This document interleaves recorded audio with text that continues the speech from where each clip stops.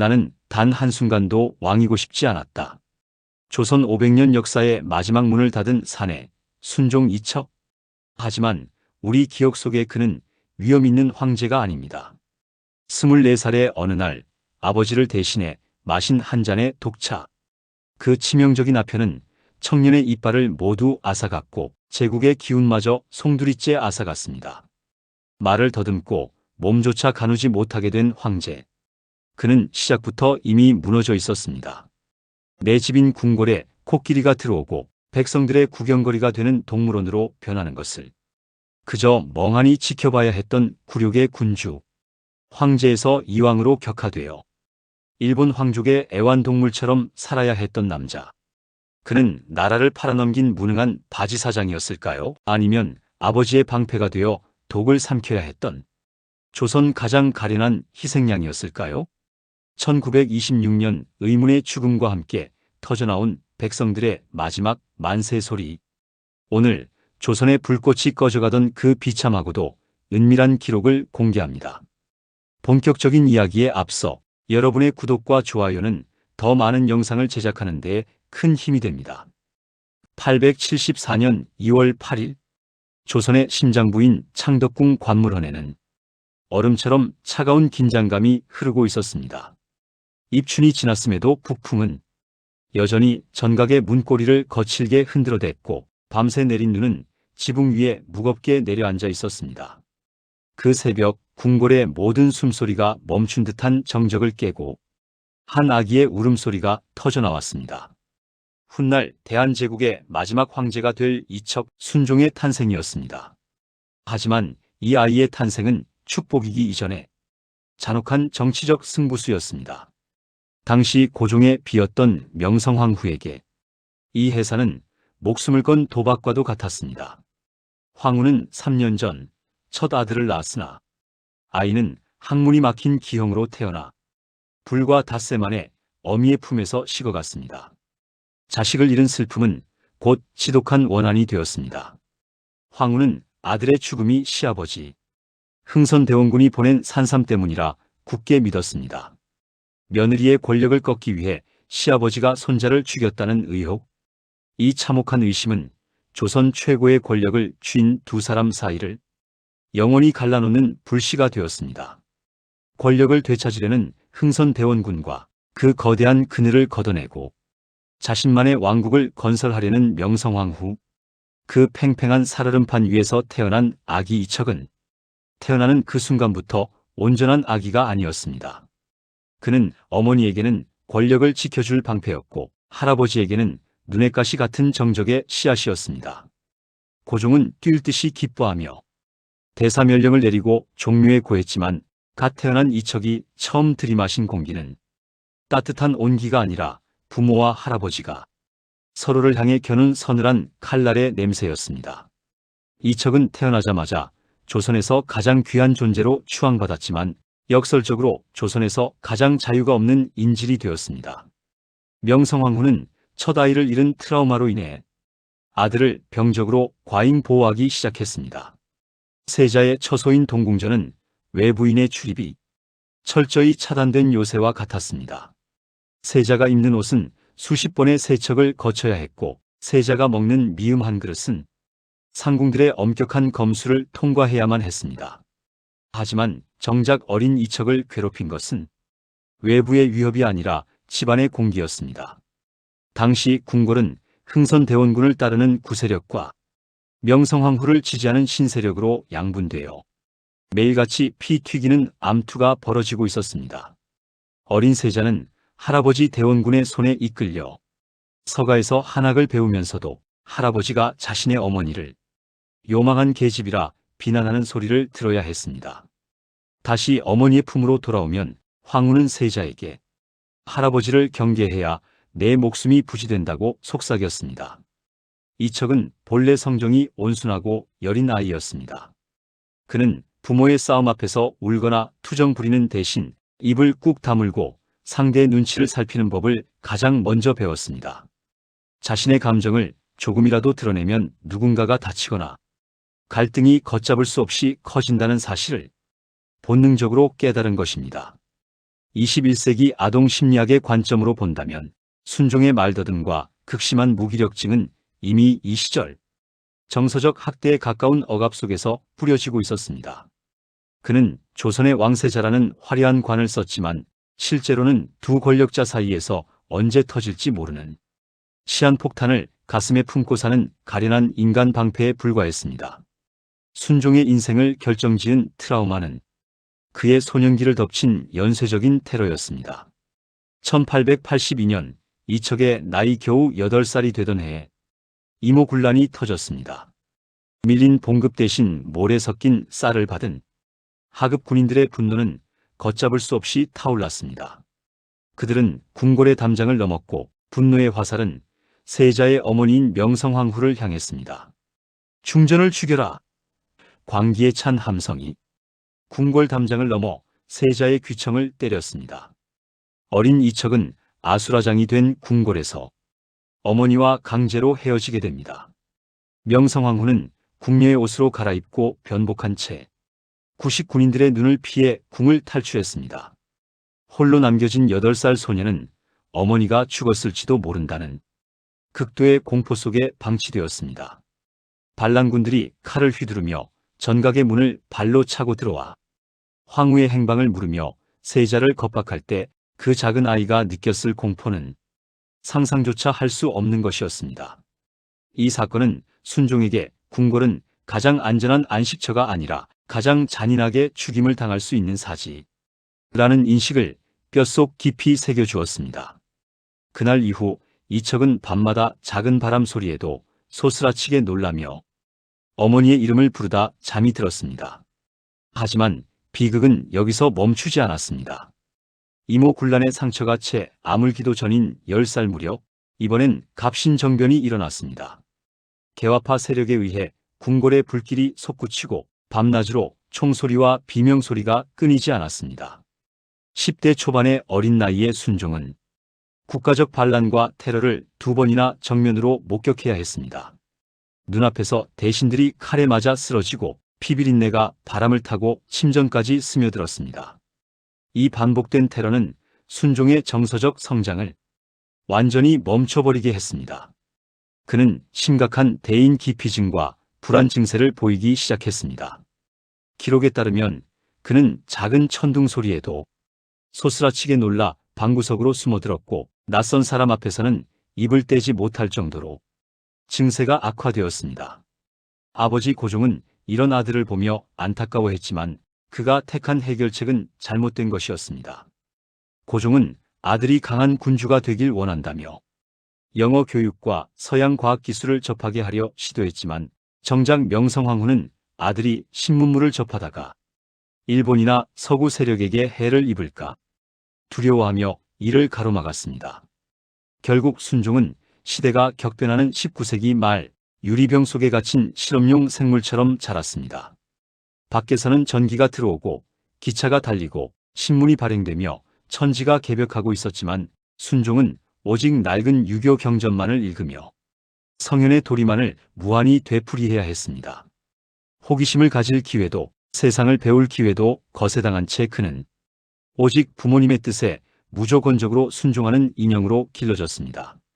그의 이름인 척은 땅을 개간한다는 거창한 뜻이었지만 정작 그의 삶은 단 한 뼘의 땅도 스스로 밟아보지 못한 채 창백한 전각 안에서 박제되어 가고 있었습니다. 순종의 나이 21살이 되던 1895년 10월 8일 이 모든 억눌린 고통의 끝에 마침내 지옥문이 열렸습니다. 조선 역사상 가장 수치스럽고 잔인한 사건 을미사변이 일어난 것입니다. 일본 낭인들과 군인들이 궁궐 깊숙한 곳 건청궁으로 난입했습니다. 그 시각 이척은 어머니 명성황후의 처소와 그리 멀지 않은 곳에 있었습니다. 어둠 속에서 들려오는 칼의 금속음, 나인들의 처절한 비명, 그리고 어머니의 마지막 목소리. 일본인들은 세자의 앞을 가로막았습니다. 그들은 세자의 상투를 붙잡아 끌고 다니며 모욕을 주었고 그의 목에 시퍼런 칼날을 들이대며 죽음의 공포를 직접 맛보게 했습니다. 한 나라의 국모가 궁궐 안에서 짐승처럼 살해당하고 그 시신이 석유가 뿌려진 채 불타오르는 그 광기를 청년 세자는 온몸으로 감각했습니다. 어머니의 죽음은 순종에 남은 영혼마저 조각냈습니다. 그는 어머니를 지키지 못했다는 자책감, 그리고 자신 또한 언제든 저렇게 타 죽을 수 있다는 공포에 완전히 잠식되었습니다. 을미사변 이후 그는 지독한 환청에 시달렸습니다. 밤마다 문 밖에서 일본 낭인들이 거친 발소리가 들리는 듯해 뜬 눈으로 밤을 지새웠고, 작은 기척에도 소스라치게 놀라 구석으로 몸을 숨겼습니다. 고종 역시 아들의 처참한 상태를 보며 가슴을 쳤지만 자신마저 러시아 공사관으로 탈출해야 했던 아관파천의 상황 속에서 아들의 무너진 마음을 보듬어줄 여력은 없었습니다. 차가운 러시아 공사관의 좁은 방에서 아버지를 따라 피신 생활을 하던 시절, 순종은 텅 빈 눈으로 창밖을 바라보며 깨달았습니다. 왕관이란 머리를 지켜주는 투구가 아니라 언제든 목을 칠 수 있는 단두대의 칼날과 같다는 사실을 말입니다. 1898년 9월 11일 덕수궁의 공기는 축제라는 이름의 거대한 연극 같았습니다. 고종 황제의 탄생일을 기념하는 만수성절 연회, 서양식 정복을 갖춰 입은 관리들과 화려한 드레스를 입은 외교관들 사이에서 황태자 이척은 평소보다 더 뻣뻣하게 굳어 있었습니다. 그는 이미 어머니 명성황후를 잃은 뒤로 사람들 앞에 서는 것을 죽기보다 싫어했습니다. 하지만 아버지 고종은 대한제국이 근대화된 국가임을 보여주기 위해 늘 이척을 자신의 곁에 세워두었습니다. 연회의 하이라이트는 고종이 그토록 사랑했던 가베커피 시간이었습니다. 은쟁반에 받쳐 들고 온 하얀 도자기 잔 속에는 검고 진한 액체가 담겨 있었습니다. 고종은 잔을 들자마자 멈칫했습니다. 러시아 공사관 시절부터 커피를 즐겨온 고종의 예민한 후각이 본능적인 경고음을 울렸습니다.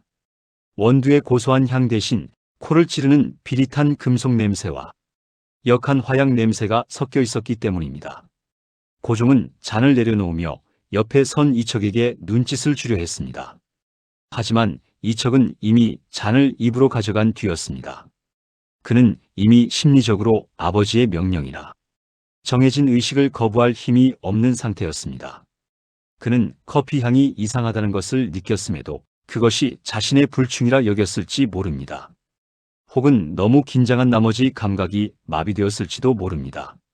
뜨거운 액체가 목구멍을 넘어가는 순간 이척의 눈동자가 뒤집혔습니다. 그것은 커피가 아니었습니다. 다량의 아편과 치명적인 동물이 뒤섞인 액체 폭탄이었습니다.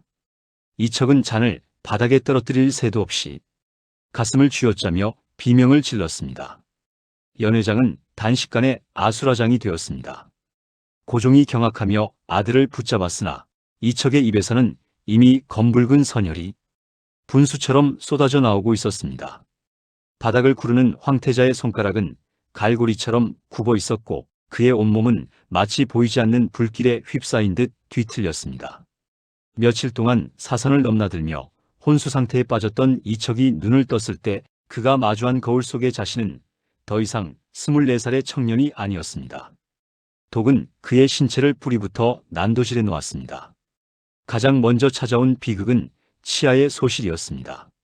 아편의 독성은 잇몸을 급격히 부식시켰고 멀쩡하던 치아들이 뿌리째 흔들리며 우수수 빠져나갔습니다. 이척은 입안 가득 고이는 피비린내를 삼키며 텅 빈 잇몸을 혀로 훑었습니다. 그날 이후 그는 조선 왕실 최초로 조잡하고 무거운 틀니를 끼게 되었습니다. 틀니는 입안을 헐게 만들었고 말을 할 때마다 딱딱거리는 불쾌한 소리를 냈습니다. 이 소리는 그에게 자신의 몰락을 일깨우는 초침 소리와 같았습니다. 그는 틀니 소리가 들릴까봐 더욱 입을 굳게 닫았고 이는 곧 대중에게 무능하고 멍청한 왕자라는 오해를 사는 단초가 되었습니다. 독의 후유증은 여기서 멈추지 않았습니다. 얼굴 근육은 힘없이 처져 표정을 잃었고 눈꺼풀은 늘 무겁게 내려앉아 졸린 듯한 눈매가 되었습니다. 무엇보다 고통스러웠던 것은 신체적 거세였습니다. 독차 사건은 이척의 하복부 기능을 완전히 마비시켰습니다. 그는 이제 남성으로서의 삶을 살 수 없게 되었습니다. 이는 단순히 개인의 성생활이 끝난 것이 아니라 조선 왕조 500년을 이어온 혈통의 신성함이 그의 몸 안에서 절단되었음을 의미했습니다. 밤마다 어두운 침전에 홀로 누워 자신의 몸에서 사라진 생명력을 느끼며 이척이 흘렸을 눈물은 그 어떤 사료에도 기록되지 못한 비극이었습니다. 이런 신체적 불구 상태에서 그가 마주해야 했던 아내들은 더욱 가련했습니다. 첫 번째 아내 순명효왕후 민씨는 시어머니 명성황후가 죽은 뒤 이척의 유일한 정서적 기둥이었습니다. 그녀는 밤마다 고통에 몸부림치는 이척의 이마를 닦아주며 함께 울었습니다. 하지만 그녀 역시 자식을 낳아야 한다는 종묘의 압박과 남편의 불구가 자신의 탓인 양 수군거리는 궁궐의 시선을 견뎌내야 했습니다. 그녀는 이척이 황제가 되는 것도 보지 못한 채 가슴속에 맺힌 한을 품고 32살의 나이에 먼저 세상을 떠났습니다. 이후 맞이한 순정효왕후 윤씨는 겨우 13살의 소녀였습니다. 아버지보다 나이가 많은 황제에게 시집온 어린 신부를 맞이하며 이척은 차마 그녀의 얼굴을 똑바로 보지 못했습니다. 자신은 남편으로서 아무것도 줄 수 없는 남자였기 때문입니다. 이척은 어린 아내에게 보석이나 비단 같은 사치품을 내리며 미안함을 대신하려 했습니다. 하지만 텅 빈 침전의 적막함은 그 무엇으로도 채울 수 없었습니다. 일본은 이 점을 악랄하게 이용했습니다. 그들은 순종에게 자식이 없다는 것을 명분 삼아 이복 동생인 영친왕을 일본의 인질로 끌고 갔습니다. 순종은 자신의 뒤를 이을 유일한 핏줄마저 일본의 손에 넘겨주며 스스로를 조선의 대를 끊어버린 죄인이라 자책했습니다. 1907년 헤이그 특사 사건의 여파로 고종 황제가 강제 퇴위당하는 그날 이척은 차라리 자신이 죽기를 바랐을지도 모릅니다. 덕수궁 중화전 뜰에는 일본군의 총칼이 번뜩였고 고종은 아들에게 옥새를 넘겨주라는 강요를 받았습니다. 7월 20일 한국 역사상 가장 기괴한 즉위식이 열렸습니다. 이척은 끝까지 황제가 되기를 거부했습니다. 아버지가 살아계신데 어찌 아들이 그 자리를 뺏는단 말이냐며 통곡했습니다. 하지만 일본은 기다려주지 않았습니다. 일본은 대역을 내세워 즉위식을 치르는 희대의 사기극을 벌였고 이척은 자기도 모르는 사이에 순종 황제라는 이름의 꼭두각시가 되었습니다. 즉위식이 끝난 뒤 순종은 황금빛 골룡포를 입고 거울 앞에 섰습니다. 거울 속에는 이빨 빠진 노인의 얼굴을 한 33살의 청년이 울고 있었습니다. 그는 황제가 된 대가로 자신의 군대를 해산시켜야 했고 자신의 백성들이 일본군의 칼에 쓰러지는 조서에 옥새를 찍어야 했습니다. 그는 황제였으나 일본이 짜놓은 각본대로 움직이는 정교한 황금 인형에 불과했습니다. 이제 그는 창덕궁이라는 거대한 감옥에 유폐되었습니다. 일본은 그를 이왕이라 부르며 황제의 지위를 깎아내렸고 그의 주변을 일본인 관리들로 가득 채워 말 한마디, 숨소리 하나까지 감시했습니다. 조선의 마지막 황제 순종의 진정한 투쟁은 바로 이 숨막히는 감옥 속에서 시작되고 있었습니다. 1909년의 봄, 창덕궁 대조전의 아침은 더 이상 평온하지 않았습니다. 순종은 매일 새벽 잠결을 파고드는 날카로운 금소금과 전각이 무너져 내리는 둔탁한 굉음에 몸을 떨며 눈을 떴습니다. 그것은 단순히 건물을 부수는 소리가 아니었습니다.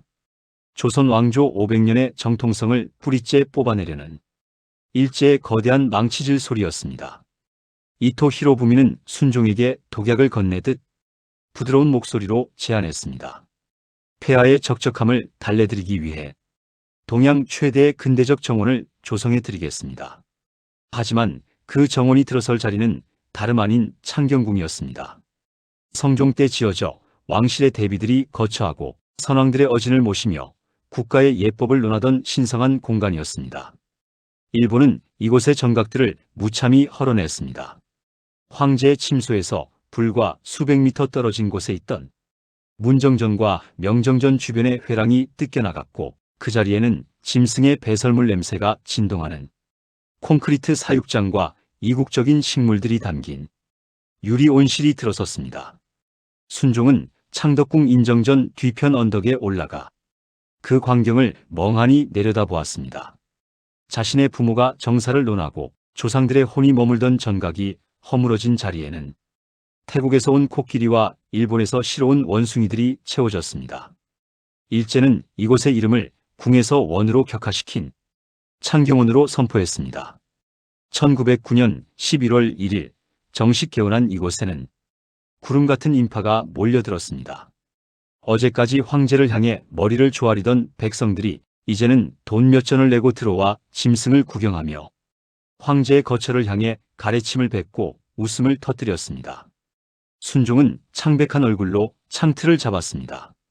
그는 자기 집 안방을 내주고 정원 구석으로 밀려난 전 세계에서 가장 화려하지만 가장 초라한 집주인이었습니다. 일제는 순종을 단순히 유폐시키는 것에 만족하지 않았습니다. 그들은 순종을 창경원의 최고 전시물로 활용하려 했습니다. 개원 직후 이토 히로부미는 순종에게 직접 코끼리를 관람할 것을 강요했습니다. 조선 땅에는 한 번도 존재하지 않았던 그 거대한 짐승은 일제의 힘을 과시하는 상징물이었습니다. 순종은 화려하게 치장된 가마에 올라 백성들의 시선 세례를 받으며 창경원으로 향했습니다. 길가에 늘어선 일본 순사들과 구경꾼들 사이로 황제의 가마가 지나갈 때 순종은 고개를 들 수 없었습니다. 코끼리 사육장 앞에 멈춰선 황제. 그는 쇠창살 너머로 먼지를 내뿜으며 기괴한 울음소리를 내는 코끼리를 마주했습니다. 그 순간 수많은 일본인 사진사가 셔터를 눌러댔습니다. 다음 날 신문에는 기사가 대서특필되었습니다. 자비로운 일본 천황의 배려로 이국적인 짐승을 보며 즐거워하는 이왕 전하. 하지만 사진 속 순종의 눈은 죽은 물고기처럼 탁해져 있었습니다. 그는 쇠창살 안에 코끼리를 보며 동질감을 느꼈습니다. 코끼리는 사슬에 묶여 있었고 자신은 골룡포라는 이름의 사슬에 묶여 있었습니다. 백성들은 황제의 행차를 보며 통곡했지만 아이들은 코끼리에게 과자를 던지며 즐거워했습니다. 순종은 깨달았습니다. 이제 조선의 왕권은 저 짐승의 울음소리보다 못한 존재가 되었다는 것을 말입니다. 창경궁의 정각들이 동물원으로 변한 것은 조선의 육체가 도살된 것이라면 황제가 그 동물원을 관람하게 한 것은 조선의 영혼을 조롱한 잔인한 기획이었습니다. 사람들의 시선이 쏟아지는 낮이 지나고 짐승들의 울음소리가 성난 파도처럼 궁궐을 덮치는 밤이 오면 순종은 창덕궁 인정전 옆에 마련된 당구장으로 숨어들었습니다. 일제는 순종이 조금이라도 독립운동의 구심점이 되거나 정치적 야망을 품지 못하도록 그를 극심한 유흥의 늪으로 밀어넣었습니다. 당시 조선에 갓 도입된 최첨단 놀이인 옥돌은 순종에게 유일한 합법적 마약이 되었습니다.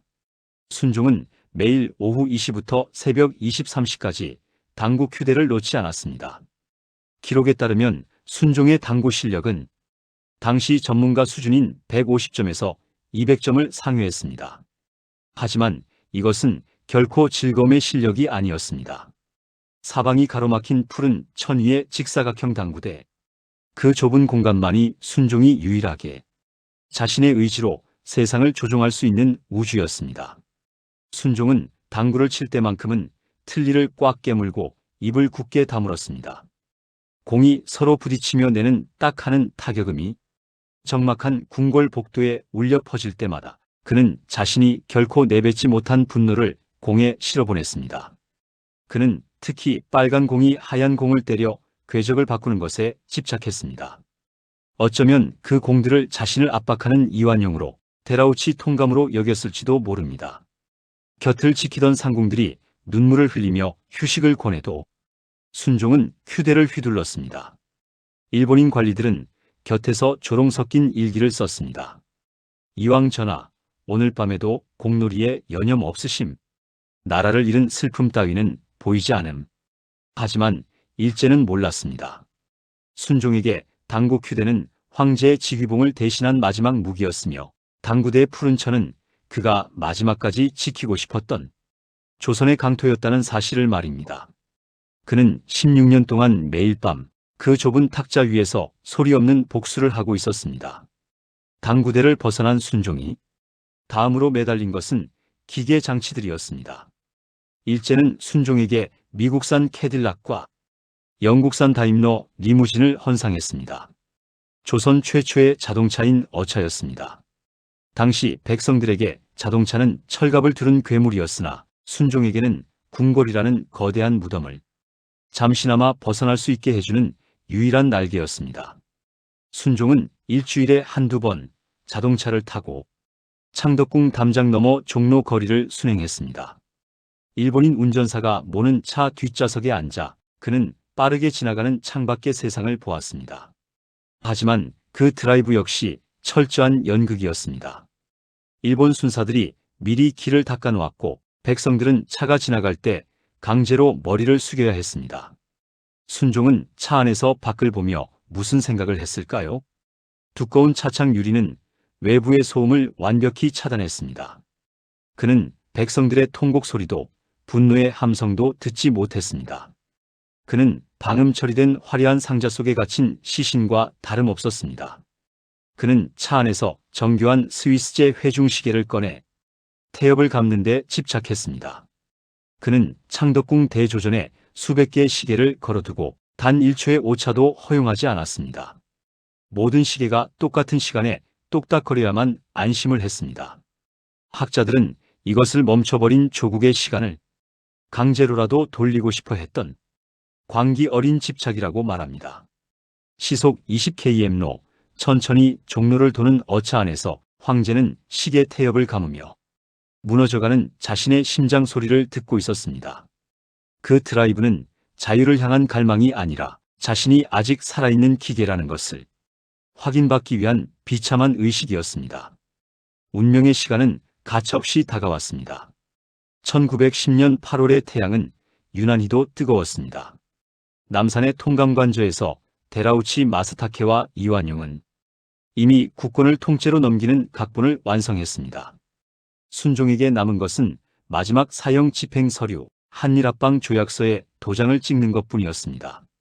8월 22일 오후 1시 창덕궁 대조전 흥복헌에서 한국 역사의 마지막 어전회의가 열렸습니다.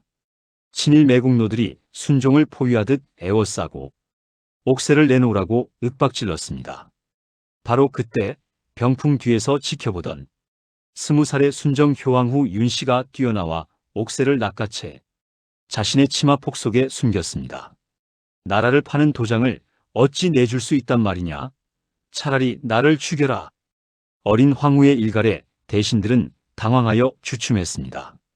그러나 정작 옥새의 주인인 순종은 침묵했습니다.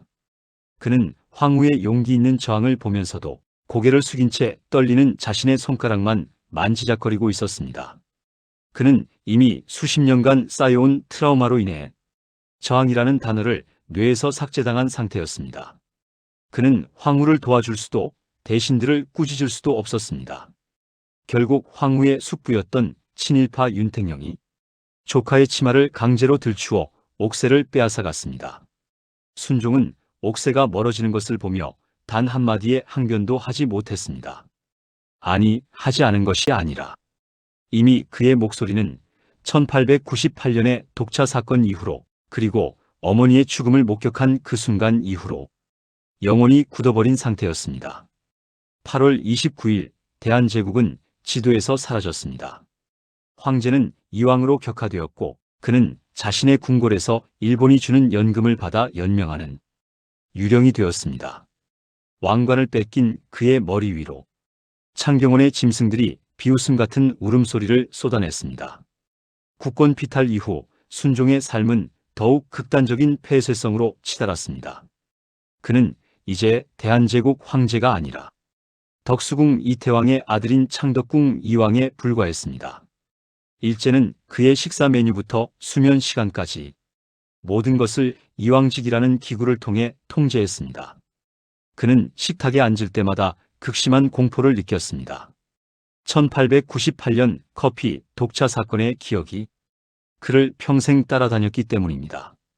그는 일본인 요리사가 내오는 음식에 독이 들었을지 모른다는 생각에 상궁들이 먼저 맛을 보는 기미를 거친 후에도 음식에 선뜻 손을 대지 못했습니다.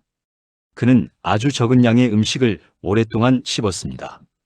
틀니가 잇몸을 눌러 통증이 심했지만 그는 그 고통보다 독약의 공포가 더 컸습니다. 그는 식사 중에도 일본인 관리들의 시선을 느껴야 했습니다. 그들은 순종이 밥을 몇 숟가락 먹었는지, 반찬은 무엇을 남겼는지를 세세하게 기록했습니다. 순종에게 식사는 생명을 유지하는 행위가 아니라 감시자들 앞에서 자신이 말 잘 듣는 인형임을 증명해야 하는 고역이었습니다. 그는 창덕궁의 깊은 방 안에서 자신이 언제쯤 이 비참한 식사를 멈출 수 있을지, 언제쯤 저 코끼리처럼 우리 밖으로 나갈 수 있을지를 매일 밤 하늘에 물었습니다. 하지만 하늘은 응답하지 않았고 조선의 시간은 일본의 시계추에 맞춰 빠르게 흘러가고 있었습니다. 순종은 그렇게 16년이라는 긴 세월 동안 이빨 빠진 사자도 아닌 털이 다 뽑힌 새처럼 창덕궁이라는 금으로 만든 새장 속에 갇혀 서서히 말라가고 있었습니다. 1910년 8월 29일 대한제국이라는 이름이 지도에서 지워진 뒤 순종에게 남겨진 것은 창덕궁 이왕이라는 기만적인 자기와 텅 빈 궁궐뿐이었습니다. 일제는 그를 황제에서 강등시켰을 뿐만 아니라 인간으로서의 모든 주체성을 박탈했습니다. 이때부터 1926년 서거까지 16년 동안 순종이 머물렀던 창덕궁 대조전은 물리적으로는 궁궐이었으나 기능적으로는 철저히 고립된 수용소였습니다. 순종의 일상은 이왕직이라는 기구에 의해 분 단위로 통제되었습니다. 일본인 관리들은 순종의 침전 바로 옆방에 상주하며 그가 몇 시에 잠들고 몇 시에 일어나는지, 심지어 식사 도중 누구와 어떤 표정으로 대화를 나누었는지까지 낱낱이 기록해 보고했습니다. 당시 작성된 이왕직 일기를 보면 순종의 삶이 얼마나 파괴되었는지 알 수 있습니다. 그는 아침마다 일본 천황이 있는 동쪽을 향해 절을 하는 요배를 강요당했으며 매주 정해진 시간에 일본인 관리들로부터 일본어 교육과 일본 역사를 강독받아야 했습니다. 평생을 조선의 왕세자로 자라온 그에게 이것은 매일 아침 반복되는 영혼의 살인이었습니다. 그는 외부 세계와 완전히 차단되었습니다. 신문조차 일본 검열관이 독립운동이나 국제정세에 관한 기사를 가위로 오려낸 뒤에야 읽을 수 있었습니다. 순종은 텅 빈 마당을 바라보며 몇 시간이고 미동도 하지 않은 채 앉아있곤 했습니다. 주변 상궁들의 증언에 따르면 그는 가끔 혼잣말로 무언가를 중얼거렸는데 그것은 대부분 어린 시절 어머니 명성황후와 함께했던 짧은 기억들이나 이미 세상을 떠난 신하들의 이름이었습니다. 그는 살아있었으나 사회적으로는 이미 사형당한 상태였으며 일제는 그가 죽지 않을 만큼의 식사와 유흥만을 제공하며 그를 조선 왕조의 박제로 유지시켰습니다. 1926년 봄 순종의 건강은 임계점에 도달했습니다. 수년 전부터 그를 괴롭혀온 신장염과 심장비대증은 그의 육체를 무참히 무너뜨렸습니다. 특히 4월에 접어들며 복수가 차올라 숨을 쉬기조차 힘든 지경에 이르렀습니다. 하지만 당시 순종을 진료했던 이왕직 소속 의사들은 일본인들이었습니다. 그들은 순종의 병세를 외부로 발설하는 것을 철저히 금지했으며 심지어 순종의 친동생인 영친왕이나 의친왕의 방문조차 안정을 핑계로 제한했습니다. 서거 이틀 전인 4월 23일 순종의 의식은 희미해졌습니다. 그런데 여기서 납득하기 어려운 기록들이 발견됩니다. 당시 의료진은 순종에게 강력한 강심제와 투약 경로가 불분명한 갈색 액체를 지속적으로 주입했습니다. 이 약물을 투여할 때마다 순종은 극심한 복통을 호소하며 몸을 비틀었다는 기록이 일부 나인들의 구전으로 전해집니다. 당시 경성 시내에는 이미 고종 황제처럼 순종 황제도 일본에 의해 제거될 것이라는 흉흉한 소문이 돌고 있었습니다. 일제 입장에서는 6.10 만세운동의 조짐이 보이는 상황에서 순종이 살아있는 것보다 죽어서 민심을 잠재우는 것이 정무적으로 유리하다는 판단을 내렸을 가능성이 큽니다. 4월 25일 새벽 대조전 흥복헌의 공기는 차갑게 식었습니다. 순종은 마지막 순간에 눈을 크게 뜨고 천장을 응시했습니다. 그는 평생을 괴롭혔던 독차의 후유증과 일제의 감시, 그리고 나라를 잃은 죄책감으로부터 마침내 해방되었습니다. 오전 6시 15분, 그의 심장이 멈췄습니다. 그러나 그의 서거 직후 시신에서 나타난 징후는 자연사와 거리가 멀었습니다. 시신을 닦던 이들은 순종의 팔다리에 돋아난 검은 반점과 비정상적으로 부풀어 오른 복부를 목격했습니다. 이는 비소나 수은 같은 동물에 중독되었을 때 나타나는 전형적인 현상이었습니다. 일제는 사인을 심장마비로 서둘러 발표하고 부검 요구를 묵살함으로써 진실을 영원히 어둠 속에 묻으려 했습니다. 순종은 죽기 전 의식이 명료했던 짧은 틈을 타 종친 이다룡에게 충격적인 고백을 남겼습니다. 일제가 그토록 숨기려 했던 대한제국 소멸의 부당함에 대한 최종 증언이었습니다.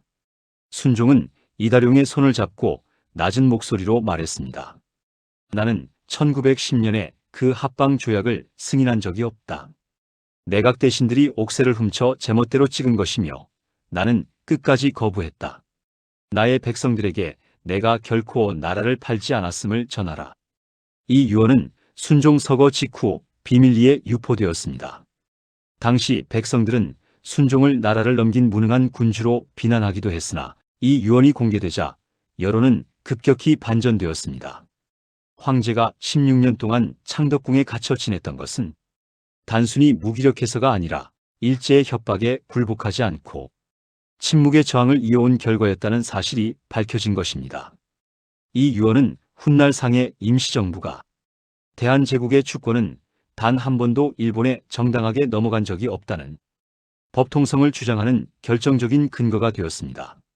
순종은 죽음을 앞둔 순간에야 비로소 일제가 채워둔 족쇄를 풀고 한나라의 군주로서 마지막 책무를 다한 것입니다. 1926년 6월 10일 순종의 장례식은 단순한 이별의 예식이 아니었습니다. 그것은 억눌렸던 민족의 분노가 황제의 상여를 중심으로 결집된 거대한 항쟁의 현장이었습니다. 일제는 3.1 운동의 학습 효과로 인해 경성 시내에 수천 명의 기마 헌병대를 배치하고 국장 행렬 경로를 따라 총칼을 든 군인들을 촘촘히 세워두었습니다. 하지만 흰 소복을 입고 거리에 모여든 수십만의 백성들은 두려워하지 않았습니다. 황제 상여가 도나문을 나와 종로삼가 단성사 앞을 지날 때 중앙고보와 중동학교 학생들을 필두로 숨겨두었던 태극기가 물결처럼 일어났습니다. 조선 독립 만세! 라는 함성이 터져나오자 상여를 매던 이들도 길가에 엎드려 울던 노인들도 모두 일어나 만세를 외쳤습니다. 이날의 만세운동은 순종이 남긴 유언에 대한 백성들의 처절한 화답이었습니다. 비록 현장에서 수백 명이 체포되고 부상을 입었으나 순종의 죽음은 잠자던 민족의식을 다시 깨우는 거대한 불꽃이 되었습니다. 순종은 살아서는 일본의 인질이었으나 죽어서는 독립운동의 구심점이 되었습니다. 그의 상여가 지나간 자리는 눈물과 피로 얼룩졌고 이는 조선 왕조가 사라진 자리에 대한민국이라는 새로운 민주공화국의 열망이 싹트는 계기가 되었습니다. 순종 이척의 삶을 되돌아보면 그는 단 한 번도 자신의 의지로 숨을 쉰 적이 없는 인물이었습니다. 아버지를 대신해 독차를 마셨고 어머니의 처참한 죽음을 목격했으며 강제로 황제 위에 앉혀져 군대를 해산하고 나라를 넘기는 조서에 옥새가 찍히는 것을 지켜봐야 했습니다. 그는 역사상 가장 약한 황제였으나 동시에 일제의 가장 집요한 공격을 온몸으로 받아낸 방파제이기도 했습니다. 그의 무덤은 오늘날 우리에게 묻습니다. 한 나라의 주권을 잃었을 때 그 나라의 가장 높은 자리에 있던 인물이 겪어야 하는 수모가 얼마나 잔인한지를 말입니다. 순종은 비록 영웅적인 투쟁을 이끈 군주는 아니었으나 16년간의 유폐 생활과 의문의 죽음, 그리고 마지막 유언을 통해 조선 왕조가 일본에 자발적으로 합방된 것이 아님을 온몸으로 증명했습니다. 그의 죽음과 함께 519년간 이어진 조선 왕조와 대한제국의 역사는 공식적으로 종언을 고했습니다. 그러나 그가 남긴 마지막 저항의 불씨는 6.10 만세운동으로 이어져 오늘날 대한민국의 뿌리가 된 것입니다. 대한제국 마지막 황제 순종. 그는 마지막까지 조선의 자존심을 지키려 했던 가장 약하고도 강한 황제였습니다. 오늘 이야기는 여기까지입니다. 다음에는 또 다른 역사에 숨겨진 다양한 이야기들로 찾아뵙겠습니다. 재미있게 보셨다면 구독과 좋아요 부탁드립니다. 시청해 주셔서 감사합니다.